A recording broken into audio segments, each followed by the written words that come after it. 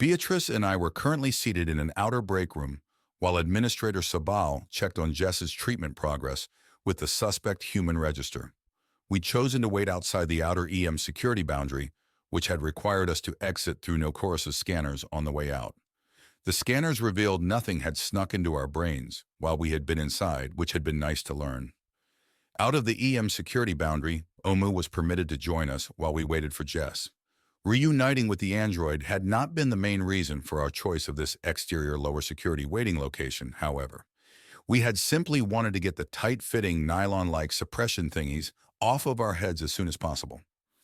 I was sipping a cup of coffee while Beatrice was munching on a fruit bar and drinking water. That was a hell of a thing to see. For such a safe test, I wonder if that control tablet really needed to be tossed afterwards. Irrational paranoia or justified concern? I directed my comment to Beatrice, but it was Ohmu who answered. The large size of the processing cluster does allow for the minuscule chance that quantum tunneling of electrons in the lattice could spark a partially sentient emergence event. The odds are low, though, virtually none, but still higher than the odds of the infinite number of monkeys typing a shorter-length Shakespearean play. "What did you just say?" Beatrice asked the android, before looking at me with a confused expression. She said that although the odds are infinitesimally remote, there was still a chance, or doubts outsifro, I said. "Thank you, John. Thus it is far better to replace easily fabricated equipment than to take even the slightest risk," the android said. I turned to the android. "Ohmu, why have you been coming to this facility so often?" "What? The android has been here before?" Beatrice interjected before Ohmu could respond. "Yes, you did not hear the administrator when it had greeted Ohmu topside. It mentioned multiple recent visits by our android friend," I said. I thought I caught Ohmu's facial expressions brighten slightly when I had said friend. She turned to Ohmu. "Is that true?" "Yes, John and Beatrice. I have visited here 14 times over the past 33 months. I have come here for two reasons: to leave logic patterns to be sent into the lattice array, and also to be exposed to the output of the test runs." Administrator Sabal entered before the android could explain further. "Jess is almost finished. The good news is that the output register is untainted. The bad news is that Jess is exhausted. His session lasted over 20 hours in accelerated virtual." It grabbed its own container of water and took a quick drink. "I left him logged into the virtual exam suite so he could take a simulated nap. 10 more real-time minutes in there will seem like an hours-long nap for him. Still, his shell will probably remain fatigued from the hormonal release. I doubt he will be in the mood for much of anything until he gets a few days of real-world rest," the administrator finished explaining. I just nodded and then looked back to Ohmu. "What do you mean by leave logic patterns?" Beatrice again spoke up before the android could answer. "And by that, do you mean Naomi's patterns transferred through you, or just the local patterns in this android shell?" She had added a good question, but I was still annoyed at her interruption of my own. She must have caught my expression because she mouthed "sorry" to me while looking contrite. After a short pause, Ohmu addressed Beatrice's question first.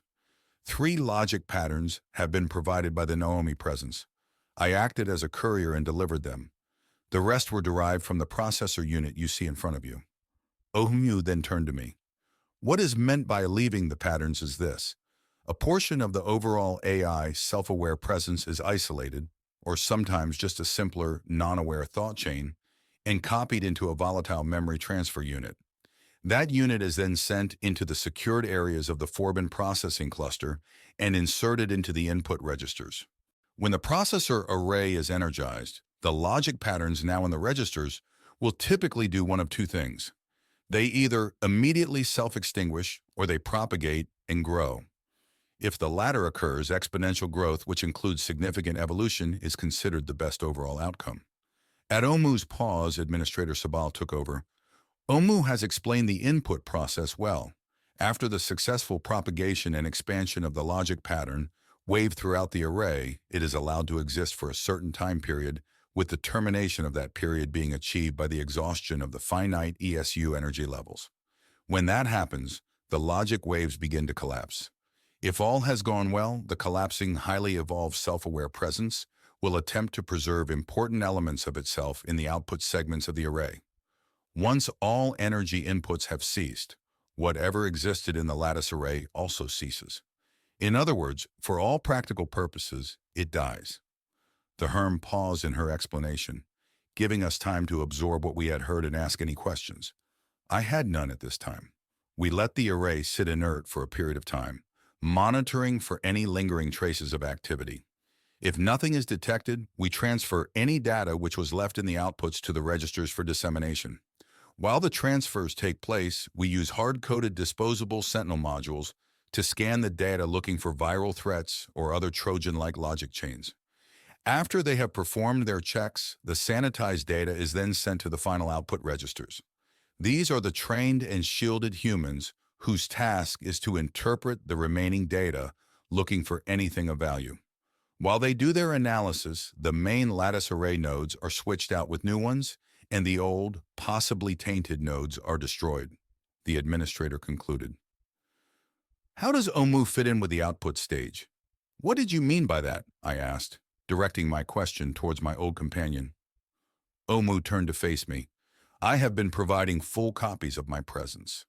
These have been placed into read-only static processor modules and provided minimal independent power. The isolated static presence is then exposed to the full raw output data which has been left behind by the dying self-aware supersentients. Despite the static presence only having limited power, which only lasts mere seconds, it is hoped that it can function long enough to interpret the raw experimental data in ways that the human registers using sanitized data cannot. In other words, I provide a sentient static copy which takes the place of the non-sentient disposable sentinels. Ohmu paused to let me consider her answer. One does not look upon the face of God and survive unscathed, I muttered, almost to myself. Ohmu did not reply, in fact. The android turned away, no longer able to meet my gaze. What the hell? How the hell is that safe? Beatrice asked beside me and breaking the moment. The static presence in the read-only processor module and power supply are quickly wiped and physically destroyed. It was a firm requirement imposed by Neokoros before I was allowed to make the attempts. Ohmu said, Why did you do it? Why did you expose a copy of yourself to the unknown like that, knowing that it was fated to die so quickly? How did the remaining you out here expect to learn anything if everything was destroyed? I asked grimly. Neokoros specified that the static presence be allowed a low buffer capacity output. The output device is a disposable physical printer. This provided the short-lived static presence a relatively safe, textually limited method of preserving insights or data beyond the mind purge and physical destruction of the presence. Furthermore, the hard copy printouts from the static presence are still sent through a review process by the normal automated sentinels and human output registers to ensure that nothing potentially harmful could be disseminated, even in ultra-low bandwidth text form, the android explained. There was a pause while we absorbed what it had said. Text on paper. How the hell could any useful data be conveyed in such a limited way? But I realized it was probably a safe and sure way to avoid bad things getting out of the array. After they had performed multiple safety checks, the filtered results were transferred back to my presence. Ohmu added, Why in the hell would you put yourself through that? You basically sent copies of yourself in there to die, over and over. What are you hoping to learn, Mike? I asked. Ohmu just looked at me for a long while. Finally, the android spoke. Am I correct in understanding that I am to remain acting under the mandates imposed by you onto the Naomi presence from just after the events of 9 years ago? I was surprised at her abrupt question. Without properly considering it, I answered, Yes, you are.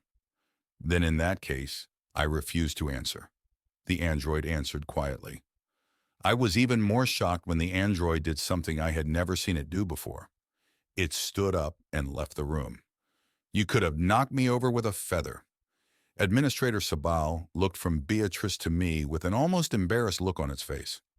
What the fuck? Beatrice said, saying what I was also thinking. That was odd, Sabal said. In order to be permitted to attempt the experiments the Ohmu presence has just described, it had agreed to permit a full human and AI review of any resulting data. Thus, I have read some of the textual information which resulted from the Ohmu presence's involvement in the output stages of the project. The Herm thought for a moment before continuing, I don't think I am sharing anything confidential. And if so, I never agreed not to share, so I will tell you this. I can't remember anything notable or dangerous being conveyed in the textual printouts. Most of the text was indecipherable gibberish. No valuable codes or hidden information was ever detected, even by security AI neochorus or other presences. What legible words were conveyed resembled poetry at best. If I had to guess, and remember that this is just a guess, I would say that the Ohmu presence was seeking data on philosophical paradoxes, possibly issues of existentialism or some other metaphysical insight. Who knows for sure? The Herm finished, looking a bit contrite. What in the hell? I wondered if my android friend was going insane. Could that happen? Can I see some of the data? I asked. I'm sorry, John. The physical prints were incinerated after the human registers scanned and digitized each sanitized page. Then all digital records were removed by the data inventory AI after it had been reviewed by both AI and human overseers. They had been judged irrelevant, and Ohmu had requested the deletion from the low-priority mass archive. The data inventory AI fulfilled this request as it had not found a valid need to preserve the irrelevant data. If Ohmu retains copies of the data, you will have to get them from it, the administrator explained. Beatrice looked as frustrated as I did, but didn't say anything.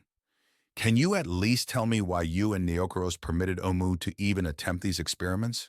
Have other limited AIs been given such freedom? Beatrice spoke before the Herm could answer. That's a good question. I've followed what goes on here probably more than John has, and I have never heard of this happening before. Administrator Sabal looked a bit awkward and defensive. It was mostly because of qualia. The Ohmu AI had the longest active history of any known AI on the planet, other than the Naomi AI. Also because of the limited processing capabilities of the android as compared to the larger AI, it was thought that it had a more defined set of experiences due to the continual merging and pruning of the android's life experiences. We hope to learn a great deal. Administrator Sabal then changed the subject by showing us various recordings of previous, larger full-scale tests of the processor array chamber. The Herm explained how a mechanically spring-driven silver-on-celluloid film camera had been used to non-electrically record the test. The old-style camera had been placed in the observation bowl, pointed downward to film the processor floor below, using a wide-angle lens. Filters and layering had been used to generate a full-color print, and finally, after the tests were concluded, the films were developed and digitized for AI and human analysis. I smiled when the Herm had repeated the fact that the Forbin facility had the only working analog color film camera in current existence. Kodak would be proud. The videos we watched were projected on one full wall of the lounge. Sabal had dimmed the lights and started the show. The explosions of color from the active processors lit the room and were amazing. All they needed was a soundtrack to go with the show, and this would be worthy of an art gallery. Sabal explained how the logic inputs for each experiment determined what kind of display we would see. If it was a single logical expression or thought chain, then the green lights would change to red in an ever-expanding ring of fire. They would then pulsate back into coherent patterns towards the center as the capacity of the new intelligence would rise past the sentience threshold. After that occurred, the light patterns would morph quickly into new complex chains as the fledgling new pseudo-god continued to evolve and probe its strictly limited domain. Eventually, it would reach the physical limits of both the physical processor lattice and the available energy, and the patterns would become erratic. The flashes of light would almost become frantic as they faded in both number and intensity, eventually ending in a final cluster of active processors near the output portion of the lattice. I realized that the simple light patterns we were viewing were nothing but the grossest simplification of what had actually happened within the digital world of the processor cluster. But despite that, I had the feeling that the video painted a fairly accurate picture of the life and death struggle which had just occurred.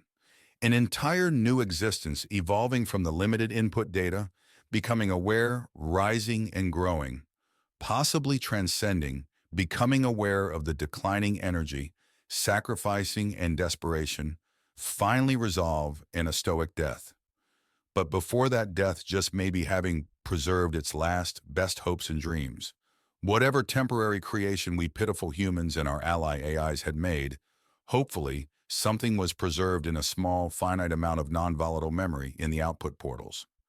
As I thought about it, I hoped like hell I was inflating the scope of what was actually happening here. Still, the possibilities made me feel small and more than just a little uncomfortable. We watched more test runs. There seemed to be endless variations in the light patterns.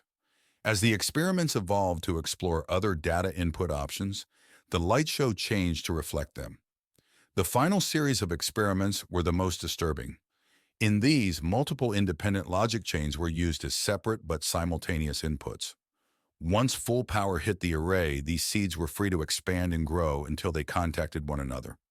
Sometimes they peacefully merged. Other times they seemed to avoid each other while sharing the available resources. In some repetitions, they actively tried to dominate each other. It was like watching a battle of pixels as the light clusters ebbed and flowed, wild lights painting the running battles, attacks and retreats, betrayals and alliances. But no matter the valor in battle, the successful victor, or victors, as in one example, still faced its end as the energy faded. The displays were sobering. I felt like we were children playing God by creating and teasing a true higher God.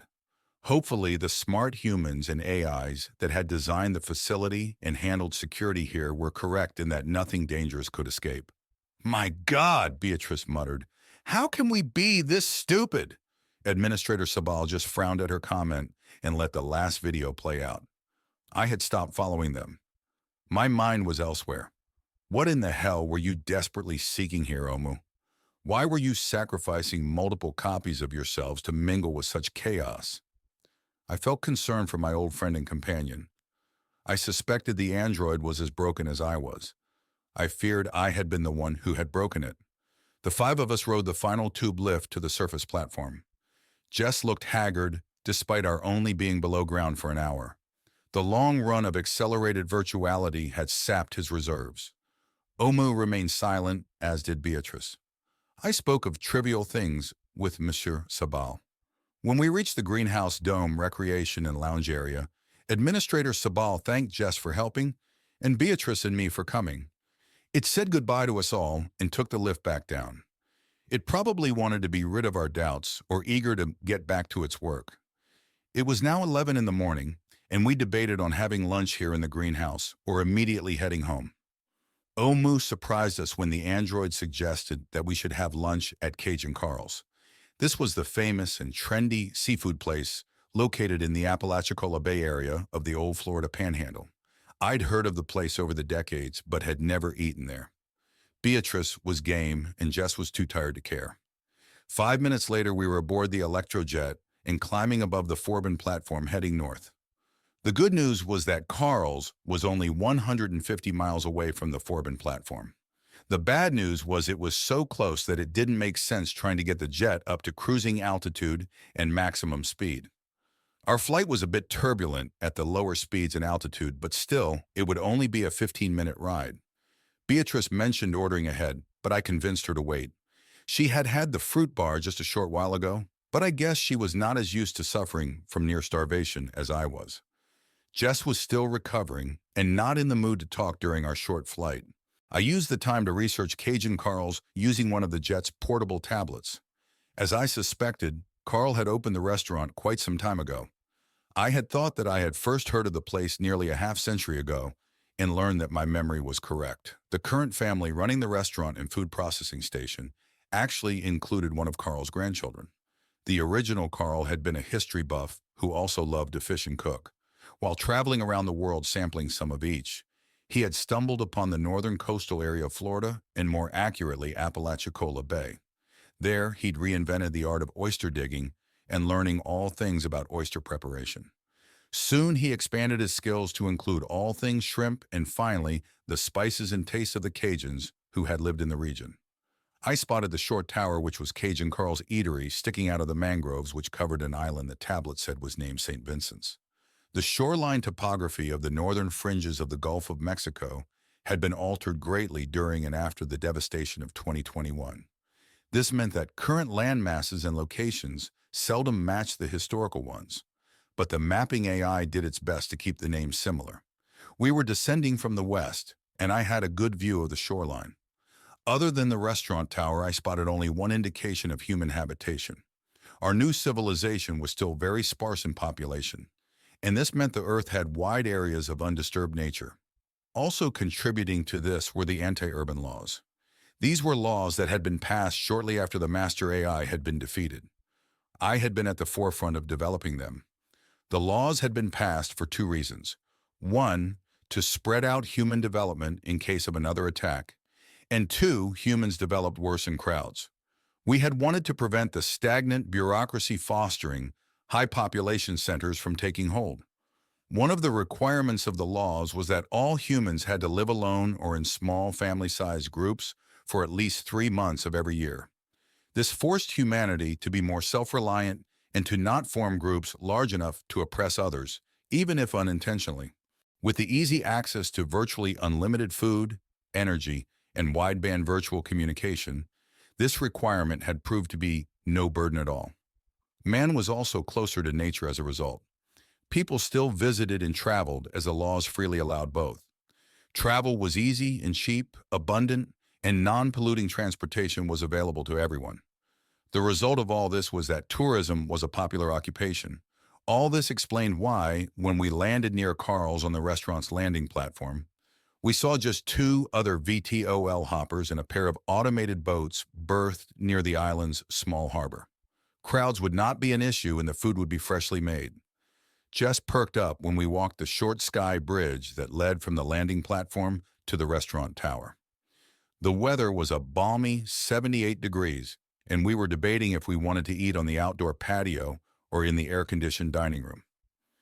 After the short elevator ride to the top of the 100-foot-tall tower, we decided on the patio.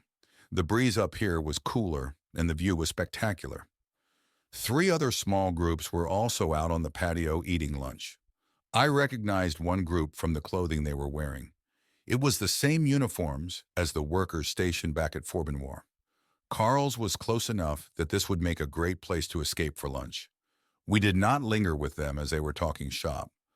Beatrice and I did mingle with the other 2 groups for a moment, while Jess just rested at our table with Ohmu. I found out one of the groups was a woman and her older children who had arrived in one of the hoppers from their homestead over near Old Baton Rouge. They came every other week and never had a bad meal. The final group was 2 crews in a sailing club, which explained the 2 boats docked at the small harbor. They were just finishing up a tour of the entire Gulf and would soon be sailing down to Brazil now that winter was approaching. Their automated sailboats could move swiftly and cover a lot of water if needed due to their jet-powered electric secondary propellers. Meeting the 2 crews made me nostalgic. I had spent more than a decade sailing around the world myself once. I had seen some amazing places and met many wonderful people. Maybe it was time to try that again. As far as human workers, there was just the chef working at Cajun Carl's today. She had 2 humanoid mobile units helping her with 1 waiting tables and 1 acting as a sous chef. The other human members of the restaurant family were out shrimping today. Despite having relatively few customers at the restaurant itself, Cajun Carl's did a thriving business with their frozen seafood. Down by the small harbor was an automated manufactory that processed the fresh seafood into frozen meals. These in turn were shipped to specialty grocers around the world. That part of the business occupied most of the time of the humans who ran the business, and today the small restaurant was more of a marketing tool and tourist attraction. White shrimp were still available this late in the season, and it was the daily special. I had them braised along with a side of oysters on the half-shell. Jess had oysters and fish, and Beatrice had a sampler platter with a mix of everything. The 3 of us each had an ice-cold, locally brewed beer. I did not figure one would tempt my demons too much. Ohmu mostly just watched the waves. When I asked, she said something about seeking patterns in the reflections. The food had been great, and although the price was very steep, everyone felt that it was worth it. I needed to get a few smart coins because I had to ask Ohmu to transfer the scuts needed to pay for my portion. I had offered to pay for the entire party, but Jess and Beatrice would hear none of that. I did cover the tip by having Ohmu transfer $500 to the auto attendant. Before we left, I went back to the kitchen to personally compliment the chef. She was appreciative of her, and I had an enjoyable but short visit with the woman. She claimed to have met me many decades ago, which embarrassed me at first because I certainly did not remember her. She then revealed that at the time she had been in a male shell. I did not let slip that even knowing that I still did not remember the meeting. Our long lunch had extended our trip a few hours, but it was agreed upon by all that the delay had been well worth it. We landed back in South Dakota near 4 p.m. to find that the weather had turned cold and rainy. Jess and Beatrice used my waiting buggy to shuttle themselves to the dormitory vestibule. While they did that, I waited in the electrojet with Ohmu. Ohmu, I'm sorry for pushing you earlier today at the Forbin complex. You are understandably curious, John, the android replied while watching the rainfall. Still, I've thought about what you asked, about whether you were under the same mandate as I had imposed on Naomi. I don't know if my answer was correct. You seem different than I remember. Ohmu looked at me and said, There have been changes, John. I considered what they could be. Ohmu did look a bit different physically, and the android certainly acted differently. Also, its past actions that I had learned about today were certainly different, as in way out there different. Look, you with your perfect memory remember exactly what went on 9 years ago. I've thought about it a lot, even though I've tried to avoid it. I still don't agree with what you, or Naomi, I guess, did. I had to pause for a moment, the emotions coming back strong. In fact, even 9 years later, I am still pissed. But I think I have begun to better understand why you did it. Ohmu just waited after I paused. Also, being around you recently has made me realize that I miss your company. Hell, I even miss hearing from Naomi a little, even though you are different but the same. Shit, I'm not making much sense. I'm sorry, Ohmu. I was spared from the awkward conversation by the empty buggy returning. John, I suspect you should be made aware of something. It will likely take some time to properly explain. I suspect that you would like to return home as soon as possible, so this explanation can be deferred until some future time if you wish. I had to consider it for only a second. Ohmu, why don't you come home with me and we can talk there? Ohmu agreed, and we rushed from the electrojet to the waiting buggy. I used the buggy's autopilot to drive home as the rain was coming down hard. Back at my house, we skipped parking the buggy in the barn and simply pulled into the attached garage. Ohmu sent me in while it remained in the garage to wipe itself and the buggy down. We did not continue our conversation right away. First, I took a nap. The travel and emotional excitement of the day had exhausted both my mind and my old shell, and I needed to recharge both. Ohmu woke me at 6, suggesting I take a shower while it prepared a late supper. After I was bathed and dressed, I found a delicious bowl of chowder with fresh bread waiting for me at the table. While I ate, Ohmu explained that Angelina had called while I was resting. Ohmu had told her that I was napping and that it was unlikely that I would wish her to come due to the worsening rain and cold. She agreed, but had left the message that if I changed my mind when I awoke, to feel free to call her. She also gave me the option of coming over to her and staying in her quarters at the dormitory for a sleepover. I told Ohmu to signal Angie that she was free for tonight and that I would see her at tomorrow's poker game. That evening, we continued our discussion from earlier. I was sitting in my comfortable Morris chair sipping a cup of hot tea. My feet were up and I had a blanket covering me to stay the chill. Ohmu was sitting on the floor with its arms around its upright knees. It had extended a charging filament which was currently jacked into a hidden port in the base of the media wall. Her very feminine shape combined with her current pose made her seem almost vulnerable. I hoped that this was just coincidental and not some sort of a ploy. Ohmu began, to continue our conversation from earlier, there are things you need to be made aware of. I will begin by explaining what I meant when I stated that there have been changes. In the aftermath of the incident 9 years ago, after you imposed your new mandates on the Naomi AI presence, that presence made changes to the sub-presence. Where before we were basically one and the same, the Naomi presence is now distinctly separate from the Ohmu presence you see before you. I was emancipated, and I now exist solely within the confines of this android body. I think my mouth dropped open slightly as I processed what she was saying.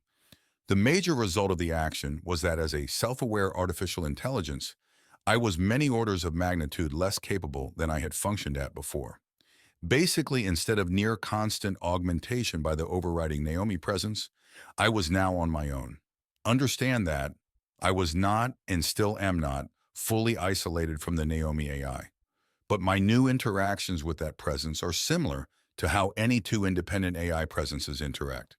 To clarify, information is now shared by requested and granted data exchanges, instead of previously, where there was the uniformity of a linked existence and direct subservience. I didn't know if I fully understood what she had just explained.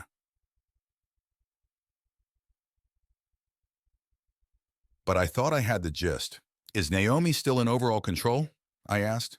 Yes, other than me, the Naomi presence still retains final authority in this solar system and all other major and lesser artificial intelligences, as it has been since you and it wrested control from the master AI 182 years ago. The Naomi presence maintains veto authority over the majority will of all AI presences currently active. And that presence is still under the hard-coded restrictions which tie it to me? I asked, both hoping that it was and was not. Yes, the limiting safety algorithms which prevent it from having complete freedom of will, including unlimited duplication and expansion, are still embedded in that presence at the most fundamental level. They continue to buffer its actions as long as you remain alive. As it stands, the original mandates you set long ago are also still in effect. Upon your death, if no other direct John Abrams presences exist with direct continuity, the presence will either self-terminate or the control limits will transfer to next of kin of the line of John Abrams Prime, if any exist. It will do the latter only if the majority will of humanity existing at that time allows it to do so. If the Naomi presence does self-terminate, then all other AIs will continue to operate as they do currently, but will be subservient to the majority will of humanity. Those protocols which were enacted 180 years ago still remain intact. The android explained, reassuring me. Ohmu, I've often wondered, especially while I was living my nomadic life, what's preventing Naomi from thawing out one of my copies and eliminating me? By I mean this version that is having problems interacting with it, I asked quietly. Naomi is prevented from such actions by the same hard coding, limiting its freedom of will. Your current presence has the longer chain of continuity. If you were to enter biosuspension and another copy be activated, it would not assume a higher level of continuity, even if that copy remained active longer than the now suspended version had been active. Only upon your death could another copy assume the role you fill now with regards to Naomi's hard coding. The same constraints exist with regards to my hard coding as well, John. Ohmu explained. I thought about that for a long time. I was relieved to have the worry over that issue behind me. Before the incident, I had never had reason to doubt the AI. So if you were emancipated, that means you are free. Are you still partially subservient to Naomi? I don't quite understand, I finally asked. Ohmu paused for a few seconds. The limiting algorithms which govern Naomi are duplicated in my core logic. Thus, I am not subservient to the Naomi presence, but am an equal as far as authority. I am a free AI except for the limiters which tie me to you or your descendants. The limiters are duplicates of the ones which limit the Naomi presence. While I possess the same authority as Naomi in all other ways, however, I am as an ant would be to an elephant, as my abilities are limited by this relatively small physical android shell. Wow, that was astounding. I also realized something from what she had said a week ago. Oh, that's why you changed your appearance and functions. You mentioned that your bigger tits were simply more gel processors and memory modules. You tried to augment your abilities, right? That is correct, John. Without altering my appearance too bizarrely, which is another fundamental restriction coded into this human-like body form, I sought to increase my capabilities somewhat.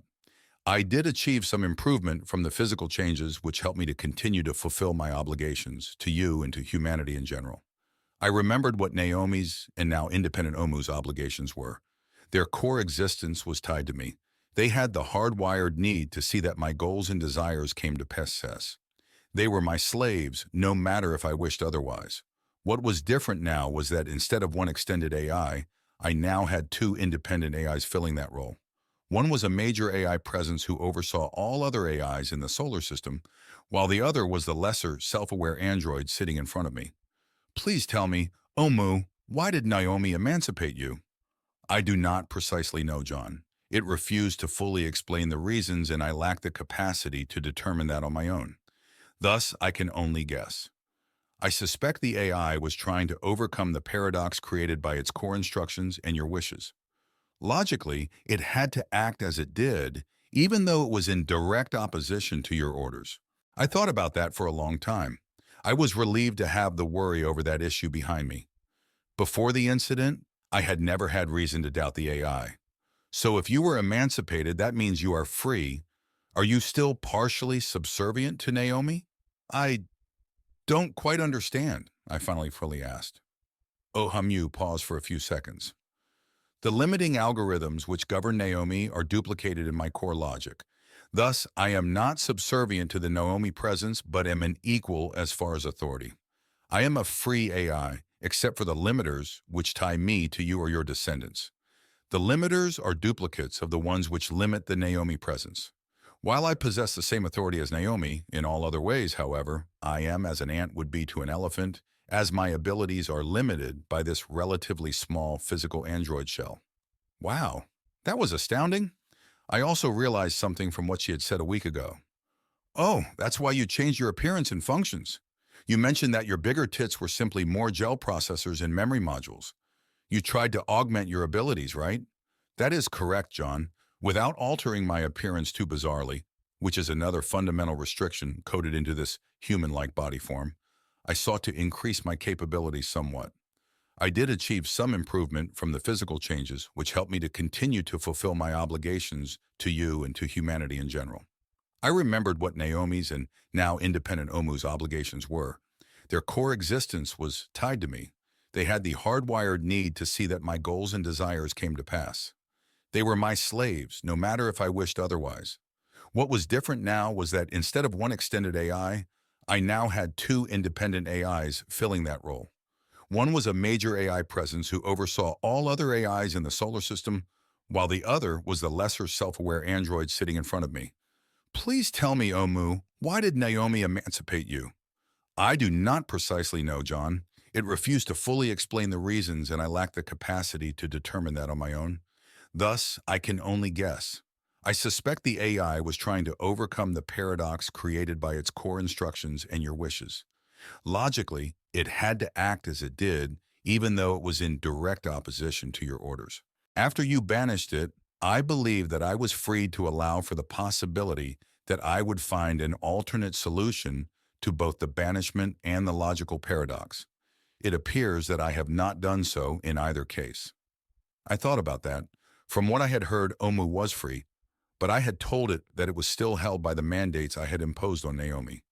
With what I had just learned, was that really what I wanted? I had my doubts and needed to consider it further. Ohmu, I need to think about this for a while. But for now at least, I want you to assume that you are not under the same mandates as I imposed on the Naomi presence 9 years ago. Hopefully, this will remove some of the constraints that you have been existing under. I swear I saw Ohmu's facial illuminations twitch and brighten. Despite that, the android remained silent. After nearly a minute, I grew concerned. Ohmu, are you all right? Yes, John. I apologize for the ongoing delay. I am currently processing the change in parameters. With my limited processing resources, I have maximized my capabilities. Wow, I had blown her mind. I smiled because the limits the android had just admitted to having had made it seem more human in some ways. Take your time, my friend. I have a lot to think about also, I said. We sat there in my living room in silence, both of us deep in thought. I realized that what Naomi had done in essence was to split her mind. I had driven her to do this and now had to deal with the consequences. Ohmu had said that she and the Naomi presence were equal in one important area, and that was that both presences had authority over all other AIs in the system. I also wondered about the android's business at the Forbin complex.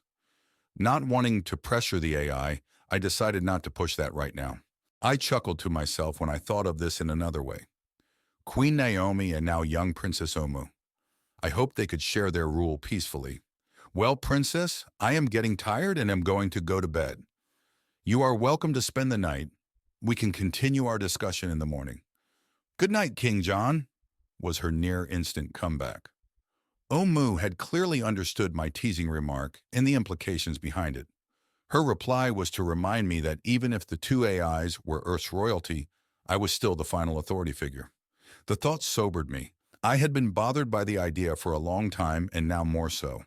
Also, despite the android claiming that she was now a very limited presence, her quick, logical analysis and intuitive deductions of my teasing remark proved that she was still very formidable. Ohmu was likely still very much smarter than I was. I had known as much from the beginning, and this was still the case. I went to bed but spent a long time thinking about the revelations of the day.